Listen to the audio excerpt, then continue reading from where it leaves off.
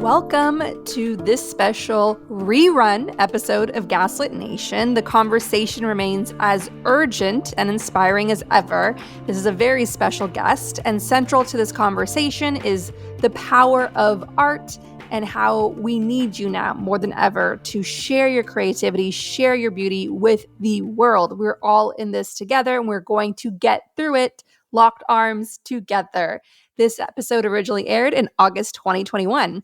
We will be back with an all-new episode of Gaslit Nation, starting with a big old Q&A for our Patreon community that keeps the show going. If you want to submit your question, if you want to join the conversation, sign up at patreon.com/gaslit and get bonus shows, all shows ad-free, and more. And remember to our artists out there, you are so important to us. We want to hear from you. Submit your song to Gaslit Nation to be featured on the show. Look for a link in the show notes for this week's episode on how to submit your music. We always love hearing from you. In a time of mass destruction, we need mass creativity. Big news for our Patreon subscribers, as we've been talking about all month. We are having a Make Art Workshop Part 2 on Thursday, April 11, as a follow-up to the Make Art Workshop that went out in November of last year. I will be there to share an update, the good, the bad, and the ugly on my own creative projects, to just show you the big mess of getting this stuff out into the world and answer any and all of your questions about the creative process, the business side of things, and so on. Come vent, come share, whatever stage that you're in the creative process, just show up. Because the power, as Jay-Z said at the Grammys, the power of what we're doing is all in showing up for each other, for ourselves, for our inner power of creativity. Do not hide it inside. Do not listen to the stupid little voice of vicious fear. Unleash your creativity. I'm telling you, this is not some feel-good exercise. This is coming from someone who has studied resistance to authoritarianism for decades. There's a reason why the thin-skinned dictators always go for the artists. All right, there's a reason why. Because you're powerful, because showing that another world is possible through your creativity, through your vision is powerful, through your empathy, through your tenacity, through your defiance is powerful. So that is why we need the inner you to come out, the creativity, the artist in you to come out more than ever before. This is serious. This is real. So if you want to join our second Gaslit Nation Make Art Workshop, that's happening April 11 at 7 p.m. Eastern. Look for information in the show notes. I'm so excited for that. So the clock is ticking. If you want to brainstorm for a project, just come bring it, whatever shape it's in. Without further ado, this is a very special episode from August 2021 that is one of our most popular ones that we've ever done.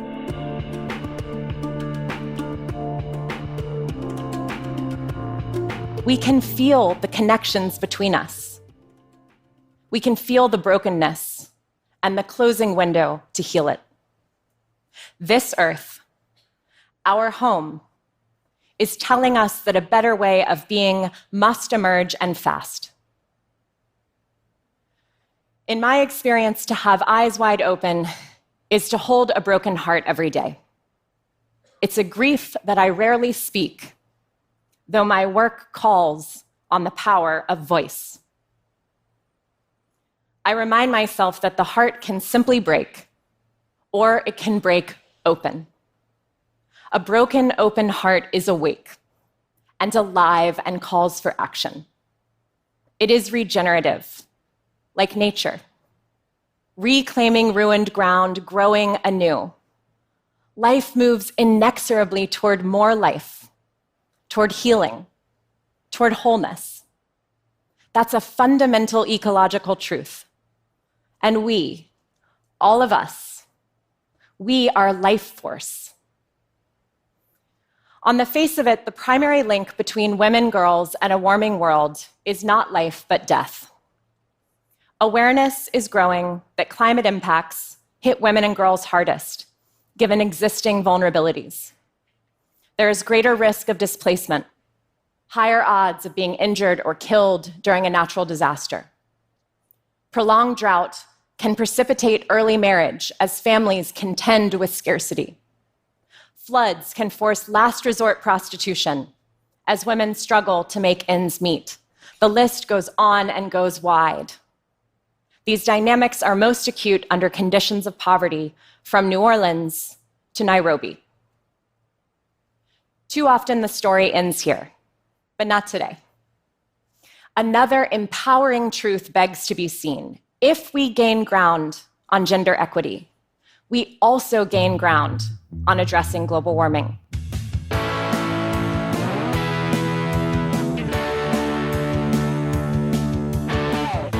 I'm Andrea Chalupa, a journalist and filmmaker, and the writer and producer of the journalistic thriller Mr. Jones. And we are going to talk about the ominous horror film that we're all currently living, which is the growing crisis of climate change. It's here. It's too late to do anything to stop it, except for bracing for impact and preventing it from getting exponentially worse. I know this is a horrific topic. People don't want to confront it, but luckily, we have a brilliant guest who has written a gorgeous book, which is a meditation on the climate crisis. It's told through a diversity of incredible activists and experts who are on the front lines of confronting the climate crisis. And this book is called All We Can Save. The paperback is now available. This is a book that will absolutely heal your soul and help get you centered and grounded for this time that humanity is facing. I strongly recommend it. It's going to awaken and touch your soul in beautiful ways. And it was intended to do that because it's just so thoughtfully put together. So on the show today, as part of the Gaslit Nation Summer Reading Series, we're featuring the co-editor of All We Can Save. Her name is Dr. Katharine Wilkinson. She's an author, strategist, and teacher working to heal the planet we call home. Her books on climate include the best-selling anthology, All We Can Save, The Drawdown Review, the New York Times bestseller, Drawdown, the most comprehensive plan ever proposed to reverse global warming, and Between God and Green, which the Boston Globe dubbed a vitally important, even subversive story. Dr. Wilkinson co-founded and leads the All We Can Save project with Dr. Ayanna Elizabeth Johnson, a scientist who developed the Blue New Deal. It's a Green New Deal, but for our oceans. So in support of women leading on climate. She also co-hosts the podcast A Matter of Degrees, telling stories for the climate curious with Dr. Leah Stokes. Previously, Dr. Wilkinson was the principal writer and editor-in-chief at Project Drawdown, where she led the organization's work to share climate solutions with audiences around the world. She speaks widely, including at National Geographic and the United Nations. Her TED Talk, which we featured at the start of the show, on climate and gender equality, has more than 1.9 million views. A homegrown Atlantan, Dr. Wilkinson holds a doctorate in geography and environment from Oxford, where she was a Rhodes Scholar, and a BA in religion from Sewanee, where she is now a visiting professor. Formative months spent in the Southern Appalachians as a student at the Outdoor Academy shaped her path. Time magazine featured Dr. Wilkinson as one of 15 women who will save the world. And Apolitical named her one of the 100 most influential people in gender policy. You can find her on Twitter at Dr. K. Wilkinson. And the bio I just read was from her website, where you can check out her clips and books and more. Welcome to the show, Dr. Katharine Wilkinson. Andrea, thank you so much. I feel like I'm quite pink-cheeked at this point in the bio reading, so thank you for that. Yes, no, it's an honor. All right, so everybody's hearing all sorts of things on the climate crisis. Could you give us a rundown on where things currently stand? Sure. So I think one of the things that is surprising to people is that the ways in which we have already changed the atmosphere of this planet, the excess greenhouse gases that we have sent up largely through the burning of fossil fuels and industrial agriculture, means that the human species is now living in conditions that it has never experienced in the whole sweep of human history. Quite literally, we have never lived on a planet like this one. And I think sometimes that gets lost in the, what degrees warming have we had and what's the parts per million?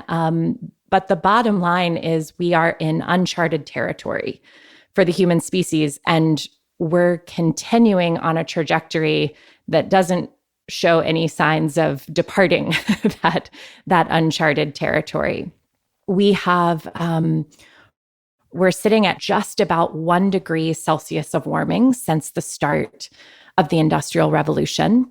And the big question is how much further that's going to go up on the global thermometer, which has huge implications for, of course, sea level rise, for extreme weather patterns of all different stripes, for our capacity to grow food, our ability to continue living where human societies have set up as we've lived the last 10,000 years in this kind of Goldilocks period of not too hot, not too cold, just about right for thriving. So we've got a lot of change already on our doorstep. And we also have an incredible toolbox of solutions. And one of the big questions we face now is, will we move those solutions forward quickly enough and at sufficient scale to turn away from the brink and away from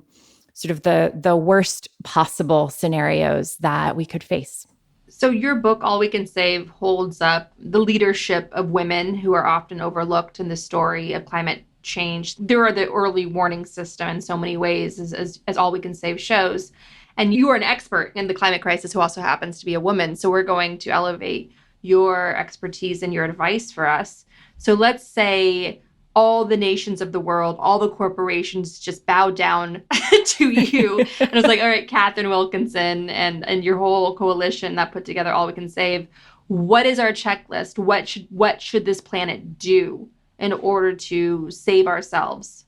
So I think at the sort of the highest level, the task is really about coming back into balance as best we can with the planet's living systems. And I say we, but I mean dominant society, global extractive capitalism, coming back into balance with a planet that is finite, while we have an economic system that has been founded on the fundamental sort of insane belief of infinity, right?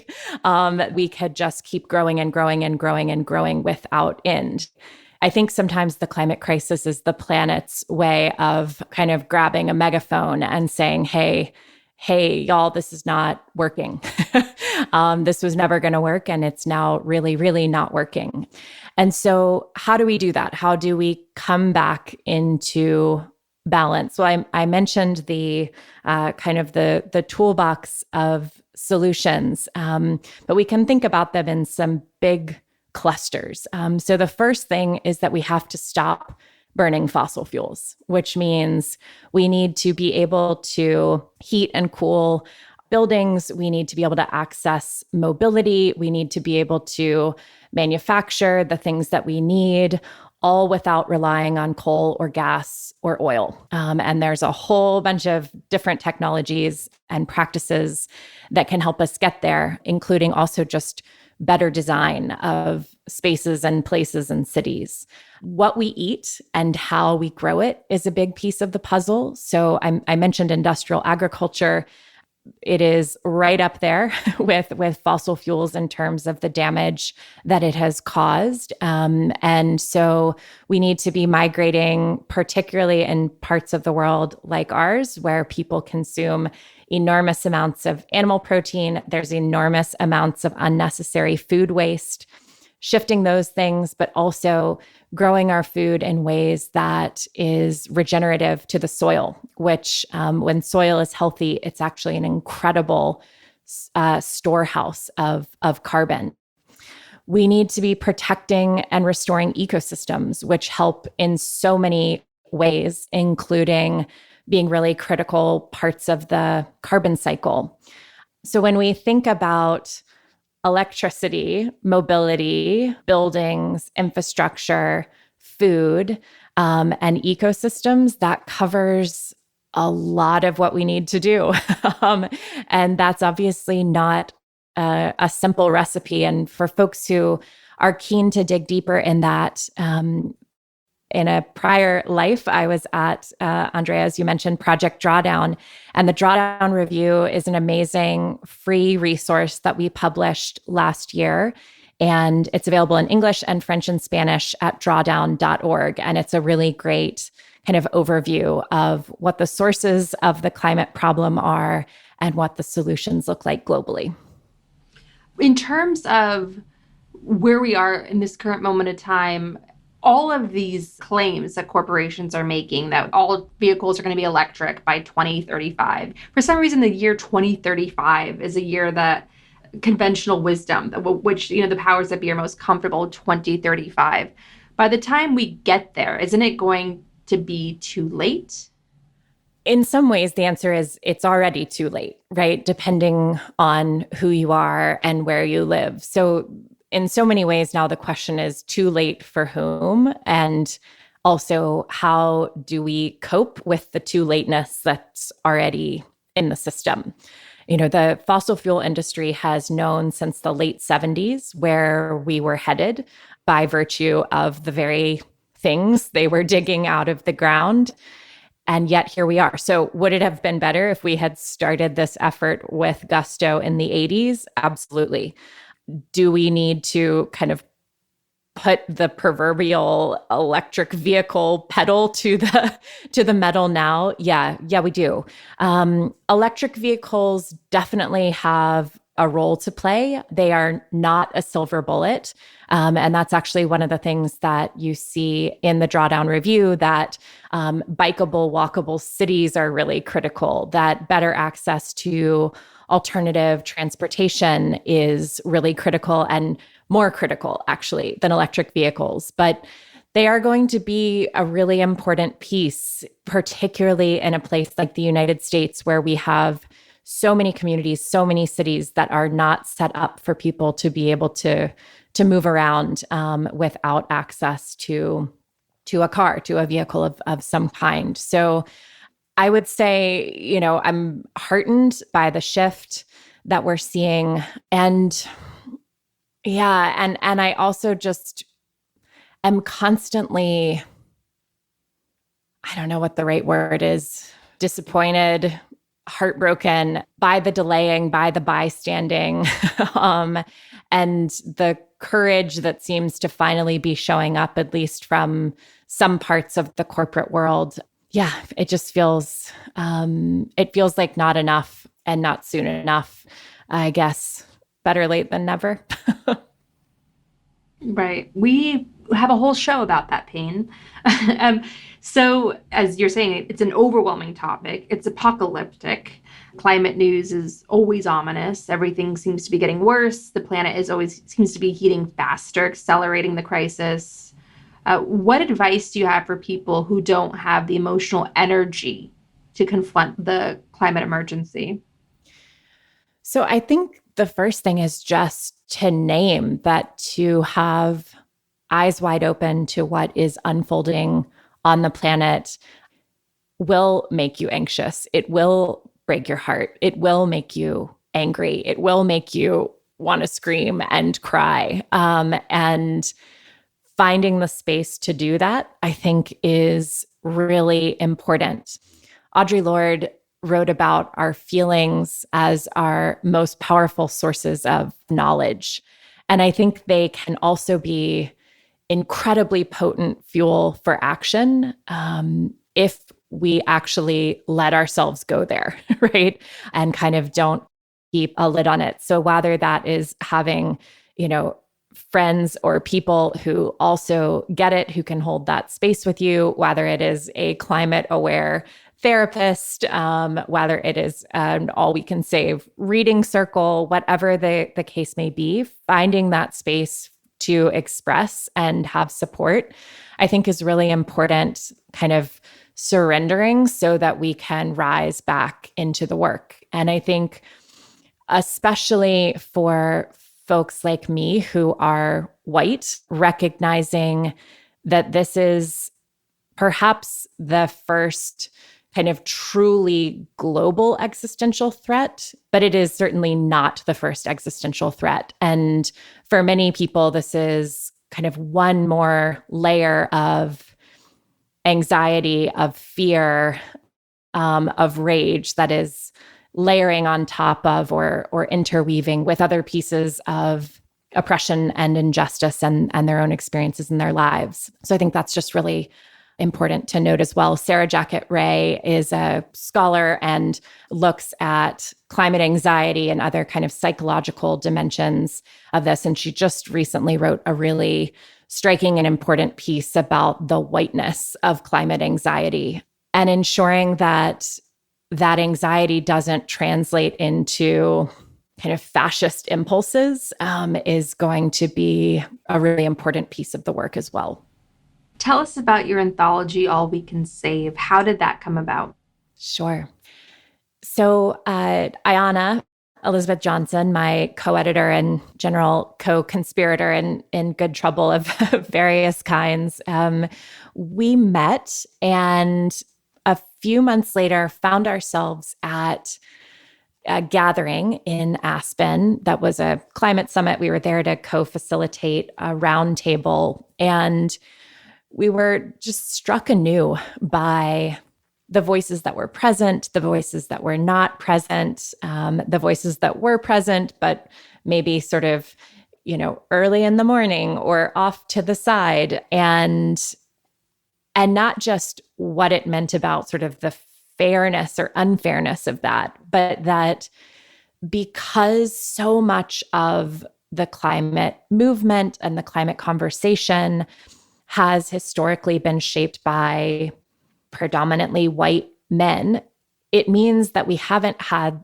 sort of a proper kaleidoscope for understanding the crisis, and certainly not for thinking about what are the root causes and what are the genuine solutions. And so we skipped out on an afternoon session and we went on what we've come to call a rage hike along the Roaring Fork River in Aspen. And I'd sort of had a notion of an anthology simmering, and we talked about it and felt like, as two recovering academics and word nerds, that this could be a contribution that we could help to bring to life. And there's so much more that needs doing. There's so much more that is being done, but this could be kind of one intercession into that imbalance in terms of, if not climate leadership itself, at least the climate leadership that is visible and so often the recipient of microphones and dollars and all the rest of those things that you need to have influence and be able to make change. And we jumped on it pretty quickly, and we were so lucky to get to do this book with the incredible imprint One World, which is led by Chris Jackson. And 9 months from kicking off curation to publication, All We Can Save was born. And the title takes its inspiration from a poem by Adrienne Rich called Natural Resources. And the last stanza of the poem says, "My heart is moved by all I cannot save. So much has been destroyed. I have to cast my lot with those who age after age perversely, with no extraordinary power, reconstitute the world." And our hearts are also moved by all we cannot save at this point, right? The ice that's already been melted, the communities that have already been lost to more intense storms, the farmers who have already lost their livelihoods because of drought and other changing weather patterns, and on and on. But our hearts are also moved by all that we still can save if we think about building the biggest, strongest we possible. And we think that we has to be centered in the work and wisdom of women in a way that it has not been to date. And why is that important? So one of the contributors to the anthology, Sherry Mitchell, is just an incredible author, teacher, Indigenous leader, attorney, who has taught me a lot about this and about the ways in which we have this interplay between the masculine and the feminine, which of course exists within all of us, regardless of our gender identity. But the teachings that have been passed down to her are that the feminine is the holder of heart-based wisdom, and the masculine is the energy of sort of taking action in the world. And when you think about like what has gone sideways with the climate crisis, a whole lot of action in the world in the absence of heart-based wisdom, I think pretty well sums it up.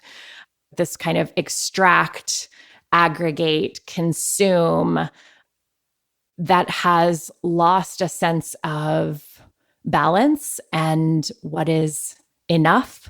So I think that is one piece of it about sort of righting that imbalance in the world.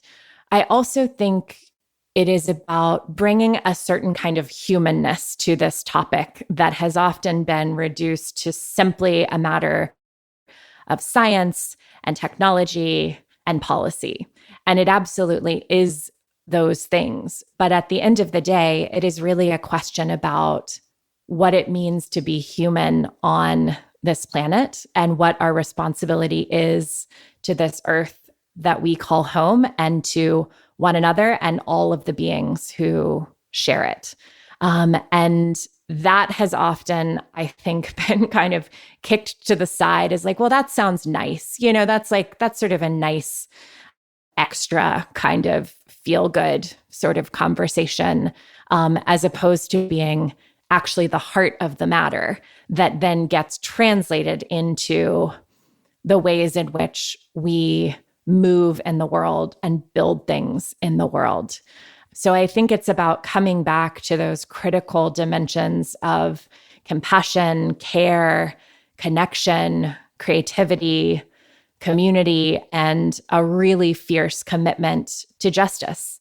Because not only is climate change an incredible injustice in the present and an incredible intergenerational and interspecies injustice, but it is also an opportunity to try to embed justice in the way that we solve the crisis, right? Electric vehicles rolling out doesn't tell us anything about whether the future is going to be more livable and more just for more people in more places. It simply says we might cut down the tap of emissions a little bit, and that doesn't actually set us up for a thriving and resilient future.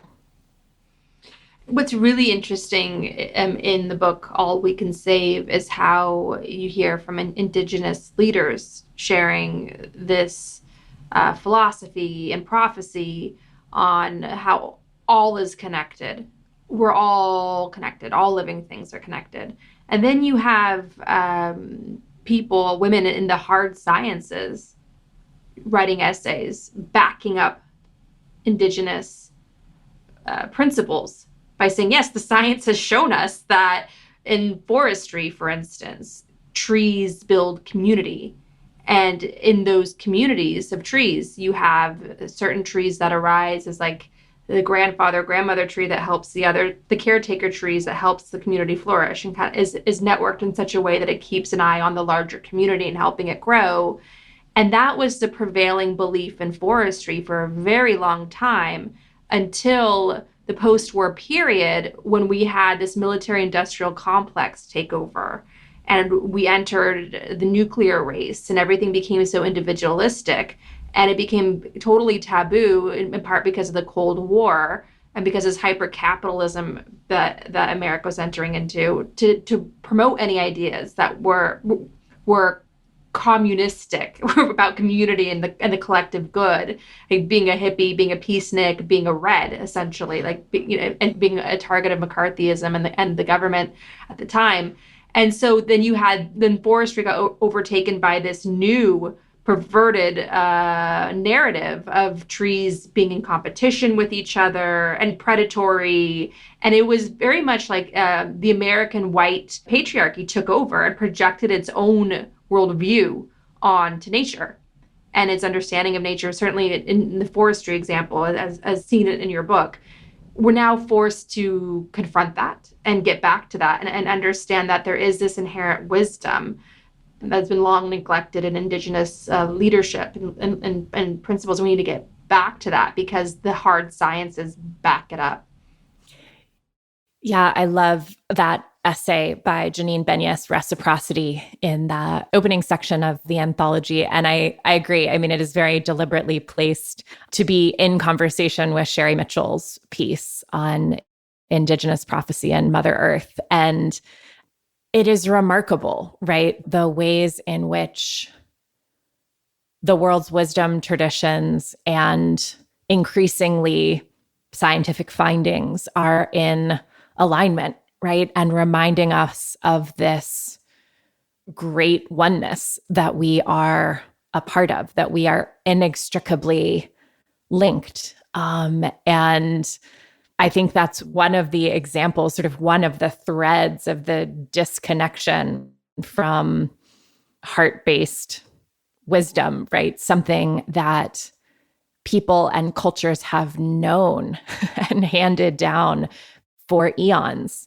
And yet somehow we went marching down this path of individualism, which comes up short so profoundly in not just the basics of the facts, right? But also in terms of purpose and true solutions and joy. And I think finding our way back into that more truly collective perspective is also a big part of the work beyond the solar panels and wind turbines and veggie burgers.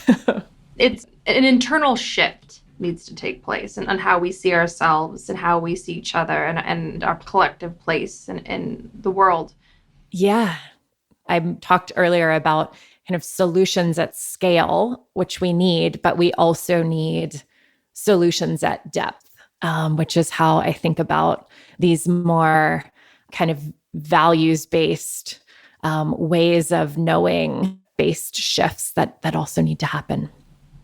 And what's really unfair is this whole tension between the pressure being on the individual to make changes. Yes. For instance, fast food restaurants now offering vegan menus. That's coming from individual choices. That's individuals essentially creating green jobs by demanding vegan items on major fast food restaurant chains. You know, that's pretty huge in terms of seeing how individual choices can move markets. But at the same time, we're born into these systems currently that are actively working against us and our children's future and polluting our water, poisoning our oceans, and taking away species we'll never get to know. And we're ingesting all this poison. We're consuming it and we're putting it out there, and then it comes back to us, and it's creating this really demented, perverted circle of death.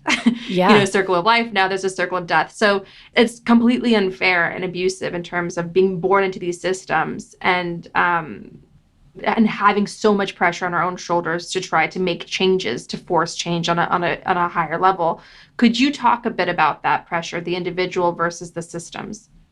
Absolutely. And it's such an important point because I think for folks who don't spend their days thinking about climate change, a lot of what they hear about in terms of what the solutions are things that are directed at them, right? At us as individuals. Change our light bulbs and don't eat hamburgers and ride your bike and put out the recycling. And, all of these things have a role to play, but it is a tiny role compared to making the kind of systemic change that's needed. I have a condo. Even if I could afford solar panels, I couldn't put them on my roof. Well, my electricity emissions are a critical piece, right? Electricity emissions globally are roughly a quarter of the emissions that we're creating as a human society globally. Well, to change that, we need our electric grids to shift. We need utilities to stop creating fossil gas plants and invest in solar farms and wind farms. We need cities to design themselves differently, right? So that we can move about without being so reliant on cars. Like so many of the choices that even if we wanted to make them, we couldn't make them because they are actually outside of our control. And there have been really deliberate efforts to put the onus on individuals. The whole concept of a carbon footprint became so popular because BP funded a huge campaign to make it so, right? Why would they do that? Because it's incredibly helpful if we're all feeling like we're the problem, right? If we're stuck in guilt and shame rather than linking arms and thinking about how powerful we can be as collectives. Shame is incredibly disempowering. And it also puts people in the place of thinking that, well, maybe the solutions are actually worse than the problem. And so even if we are sort of awake to the climate crisis, we may be less inclined to engage in moving solutions forward. So I think reframing the conversation as largely about power, right? And not power in the sense of electricity or energy more broadly, but power in terms of who is making the calls about how our society is structured and who is making the calls about pushing back on the solutions that are already proven, that already exist, that can not just reduce emissions, but improve public health and create good jobs, because we have these incredibly entrenched interests that are serving a very small few. And so if we are not thinking about the climate crisis as a fundamentally collective challenge requiring deep systemic change, then we just will never get where we need to go. Yeah, no, without question. And it seems like even there's just not that many companies, like around 100 or so, I believe, that are responsible for the crisis in the first place, right? Yeah, it's 100 companies that are responsible for 71% of global emissions since 1988, which you just think about, just the number of people that have served on the boards of directors of those companies since 1988. And you get a sense of actually what a small cadre of people we're talking about. And we're in this moment of incredible tension where, okay, we're finally seeing banks make net zero commitments about their own emissions from their own operations, but they're still financing new fossil fuel infrastructure, right? And these are the kinds of tensions that somehow still make sense in the kind of status quo power structures, that out one side of your mouth, you can say, you know, we're committed to being climate positive. And out the other side, you can be a law firm that is doing the litigation bidding of Exxon. And this is just the cognitive dissonance of this moment is either so profound or it's just utter BS. And I'm not sure which one it is. It's just the gaslighting for blood money. It's just the same old. We talk a lot on this show because we're first and foremost a show about the threat of authoritarianism in the U.S. and around the world, and a lot of the dictatorships that are causing a lot of problems around the world today are gas station dictatorships. Yeah. Yeah. And it's sort of like the sooner we can come to like a post-oil planet, Russia's going to have to evolve in a very big way and stop holding the mind of its people hostage, because they need to come up with new solutions, new markets, new ways to live sustainably in a post-oil world. So for us, this has such major repercussions across so many levels. It's almost like a silver bullet. If you focused on the climate crisis, you could confront, like you said earlier, issues of gender equity and racial inequality, because those are some of the most vulnerable people to the climate crisis.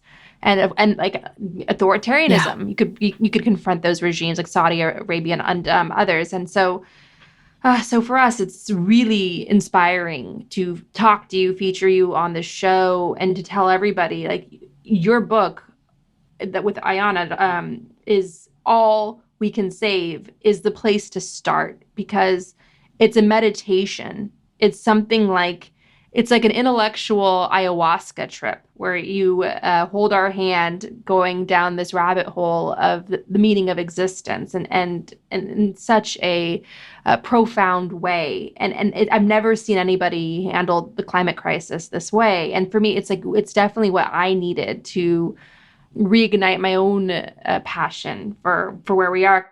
This trauma that we've all gone through with the pandemic and the threat of fascism under Trump, and then the violent coup attempt, and all the gaslighting that has come with it. And so it's very hard to stay centered and to find your ground and to stake your claim in this world, and build a world that you want to live in, and preserve a world for your children so they can grow up safe and not have to risk their lives by speaking their truth. And so I think your book was very much a reset for me in terms of getting in touch with my soul again, and just feeling that greater connection to all things.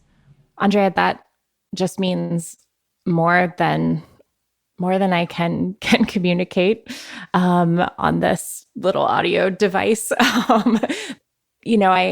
In so many ways, and I don't want this to sound too like hippy dippy, but I think that the spirit of the earth, Gaia, whatever you want to call it, is finding cracks in the system to share a different story, a different truth. And I think that the pieces of art in this book by Madeline Jubilee Saito, the poems, the essays, the interstitial quotes, in so many ways, I think of each of them kind of as a crack in the system that is letting some of that truth break through. And I hope that it lands for so many more people the way that it did for you, as not shying away from the truth, but sharing it in a way that feels grounding rather than something that makes you want to put your head in the sand. I think because we are so connected with the planet's living systems, of course we feel this, right? Of course we feel how much pain is unfolding on the planet, and that's not a bad thing. It's a good thing. Not that I wish pain on anyone, but if we couldn't feel it, that's actually what's scary, right? That speaks to this sort of such profound disconnection. And this is also part of why it's not just a book of essays. It is a book of poetry as well, because we need space to breathe and to feel. The kind of inundation of facts, which is often the primary kind of encounter people have with climate communication, is a really hard place to be without, I think, that space to be still and to breathe, and to know that we're not alone. Yeah, no, absolutely. And I think in terms of history, your book introduces a lot of interesting history. Tell us about the scientist Eunice Newton Foote, and why does she matter? Yeah, I love this story, and this story makes my blood boil. So Eunice Newton Foote was, as far as we know, the first woman in climate science. And she's a name that I had never heard of, despite studying this topic starting in high school, until just a few years ago, because she had largely been written out of the history books. In 1856, she published a paper about some research that she had done. Very simple experiment. She was not a professor. She was not part of a university or a research institution. As far as I know, she did this experiment in her backyard with an air pump and thermometers and glass cylinders that she used to test the difference between what she called common air and carbonic acid gas, which is what carbon dioxide was called in her day. And what she found was that the jar that had carbon dioxide in it got hotter and retained that heat longer. And she kind of theorized on the basis of this experiment that an atmosphere with more carbon dioxide in it would result in a hotter planet. This was 1856.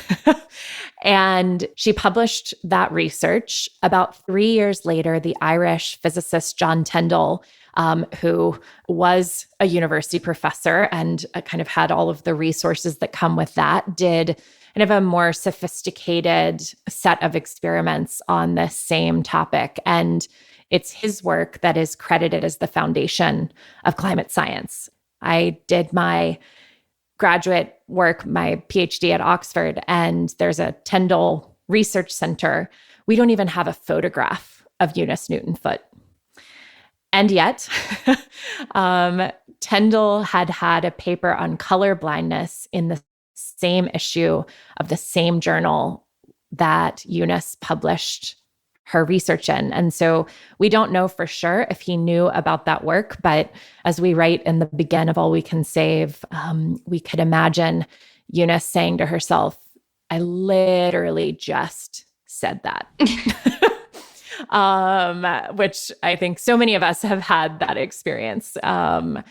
And the really interesting thing about Eunice Newton Foote is that she was also involved in the early movement for women's suffrage in the United States. So she was an attendee of the Seneca Falls Convention and signed the manifesto that was created there, as did her husband. Interestingly enough, John Tyndall opposed women's suffrage. So you just you kind of... He's like, hey, women get suffrage. Who am I going to steal my ideas from? Yeah, this would be very bad. This would be very bad. So we don't know a ton about her, but we do know that she was faithful to science and to using science to understand our planet. And she was committed to gender equality of some stripe. So we like to think about her as perhaps the first climate feminist. Wow. Well, if you want to learn about that and more, please check out All We Can Save. This book is helping me so much right now, and I know it will help you. So 2 more questions, Sure. And then we will release you back to do your all-important superhero work. Back to the wild. Yes. And so what advice do you have for people living in rural areas, especially people stuck in what we call voter suppression hostage states, quote unquote red states, where their governments actively working to poison them through climate crisis denial? What advice do you have for rural-based folks on addressing this issue, what power they have in their hands to help make a difference? Sure. Well, I'll say this as a lifelong Georgian. So I feel like I was living in one such hostage state until very recently, obviously. Looking forward to hopefully a shift in terms of our governorship in our next election. We will see how that goes. And so I guess, my advice is very much based on what we have experienced here, which is that organizing can make impossible things possible. And in particular, the organizing that is led by Black women.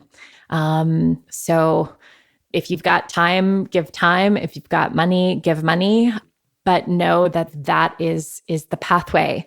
I think the other thing that is uniquely possible and exciting in rural communities, as the places where so much of our food is grown, is that there's a whole movement around conservation agriculture, regenerative agriculture.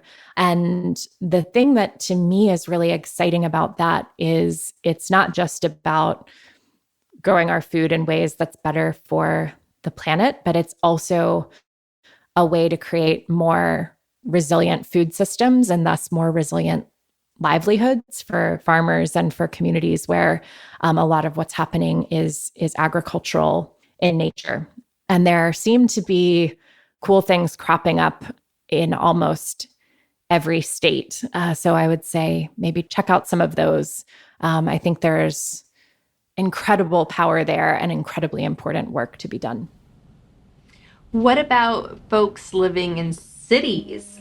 I know there's a big effort in New York State, where I live, for buildings to go green and become more energy efficient. So that makes co-ops and condo boards, which are usually a bastion of authoritarian personalities acting out their Gestapo fantasies, but that makes suddenly co-ops and condo boards community organizing volunteer positions, because they can not only green their building, but create a powerful network effect by inspiring their friends and neighbors to live a more conscious lifestyle. So could you talk about that specifically, if you have any resources for condo co-op board folks and people living in condos generally, and just city folks in general? Like, what should we all be focusing our energy on? Sure.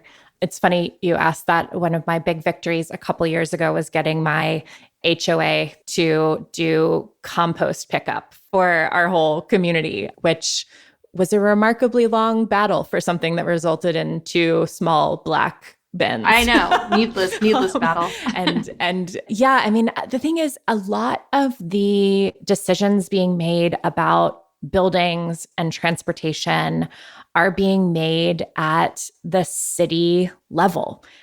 So that means who serves on our city council really matters. Having climate champions at that level really matters. And oftentimes those are campaigns that you can get involved with and make a huge difference, right? In a way that you might just be like one tiny little minion helping on a presidential or senatorial campaign. So I think that's a big one. I think your point about condo boards and HOAs, like anywhere where there are decisions being made for more than one household, just getting that click further along is powerful. And that's where we can think about things like better insulation, and is it actually possible to have on-site solar panels, for example?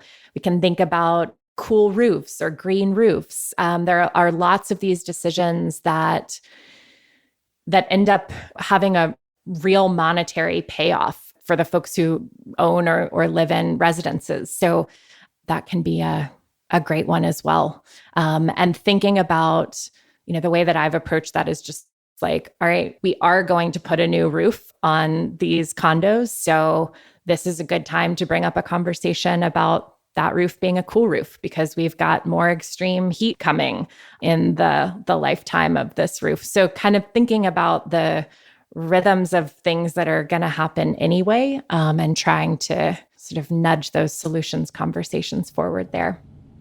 And when you say cool roof, are you referring to a green roof? Great question. A green roof is what it sounds like. You've got at minimum some kind of, short sort of turf-like plant, or maybe an entire garden. A cool roof is just shingles that have more reflective capacity, so that instead of absorbing a bunch of heat and letting that soak into the top floors of a building, it's actually bouncing more of that off. So pretty simple stuff, and yet makes a big difference. Wow. Well, all the solutions you outlined today, and including the stories and the art in your book, All We Can Save, all together make a very big difference. And I thank you for all your work. And as we always say on Gaslit Nation, make art, because there's a power in making art. It does present a big energy shift. And there's a reason why All We Can Save has so much beautiful, powerful art in it, because it does reset your soul in a way that we all need right now. Totally. And as you said, it is hard to imagine a different kind of future. And there's actually a really great essay in the anthology by Kendra Pierre-Louis called Wakanda Doesn't Have Suburbs. And she talks about sort of the abundance of apocalyptic film and TV narratives, but that other than Black Panther, we have almost none that show what it looks like to get it right. And I think any of the ways that get us tapped into our radical imaginations is incredibly important and incredibly powerful. Thank you so much. Remember, the 5th of November. This election is here and it's happening. And it's bigger than Biden. We have the chance to hack away at corruption at the root by building our power at the all-important state level, where crucial quality of life issues, from voting rights to environmental protections to LGBTQ plus rights and more, are decided. Karl Rove ran the same strategy for the GOP during the Obama years, laying the groundwork for Trump to come to power in 2016. Now we're reversing this dangerous trend, securing key victories in swing states to protect our elections and advance progressive laws in states like Michigan and Wisconsin. Yes, even Wisconsin. Another world is possible when we unite and build together. Here's how. Join me, Andrea, at State Fair, a giving circle that collects small dollar donations among friends and family to build big power in key states. If 1,000 Gaslit Nation listeners set up a $5 recurring monthly donation, that's $5,000 we're sending to turn so-called red states purple and so-called purple states blue. Some of the races we've supported won by only a few votes. And we flipped the House in Pennsylvania, flipped the entire House, all right? Elected like 12 new people, massive. And they have a crazy, extra crazy Republican Party in Pennsylvania. And that's what we did together through States Project. Thank you. Your $5 monthly donation will make a huge difference. Join me and my friends at State Fair today. You can sign up at gaslitnationpod.com. Just click on the 2024 Survival Guide on our homepage. Step number 2, are there any young people in your life, Gen Z or younger? Give them the gift of the excellent book, Run for Something, a real talk guide to fixing the system yourself. It helps people of all ages run for office. So if you're thinking of running for office, be sure to read this inspiring and practical guide. Both the book and the organization, Run for Something, encourage, recruit, and train young people to run for office and flex their power. Inspire a young person and anyone you love and trust with empathy in their hearts and science in their minds to run for office today. Number 3, help the helpers. State Bridges is a sister district action network program in which volunteers from across the country fundraise for organizations doing year-round power building in key battleground states like Arizona, Pennsylvania, Michigan, and Wisconsin. State Bridges supports organizations engaging communities underrepresented at the polls, like mothers of color, rural voters, and Latinx voters. Sign up to attend a virtual fundraiser and donate to help the helpers at State Bridges.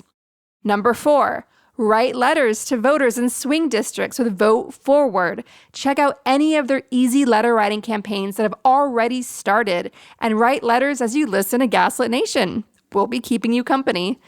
Most importantly, number 5, check your own voter registration now at election protection site vote.org. Make sure you're registered and check in with your family and friends to confirm their voter registration too. Commit to helping 5 people in your life make a plan to vote and bring them along to a Gaslit Nation phone bank this fall, because the only ones coming to save us is us. Grassroots power is the most reliable power we have left.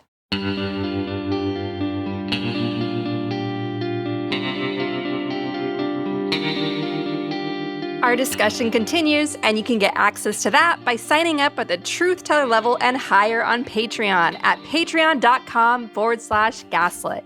Contact your reps in Congress and demand a permanent ceasefire now, and that they release a public statement, if they haven't already, demanding an end to Netanyahu and his coalition of terrorists' genocide of Palestinians in Gaza and the West Bank. To help get Ukraine urgently needed humanitarian aid, join me in donating to Razom for Ukraine at razomforukraine.org. To help civilians and refugees in conflict zones, donate to Doctors Without Borders at doctorswithoutborders.org. And if you want to help critically endangered orangutans already under pressure from the palm oil industry, donate to the Orangutan Project at theorangutanproject.org. Gaslit Nation is produced by Andrea Chalupa. Our production manager is Nicholas Torres, and our associate producer is Carlin Daigle. Our episodes are edited by Nicholas Torres, and our Patreon exclusive content is edited by Carlin Daigle. If you like what we do, leave us a review on iTunes. It helps us reach more listeners. And check out our Patreon. It keeps us going. Original music in Gaslit Nation is produced by David Whitehead, Martin Vissenberg, Nick Farr, Damian Arriaga, and Carlin Daigle. Our logo design was donated to us by Hamish Smythe of the New York-based firm Order. Thank you so much, Hamish.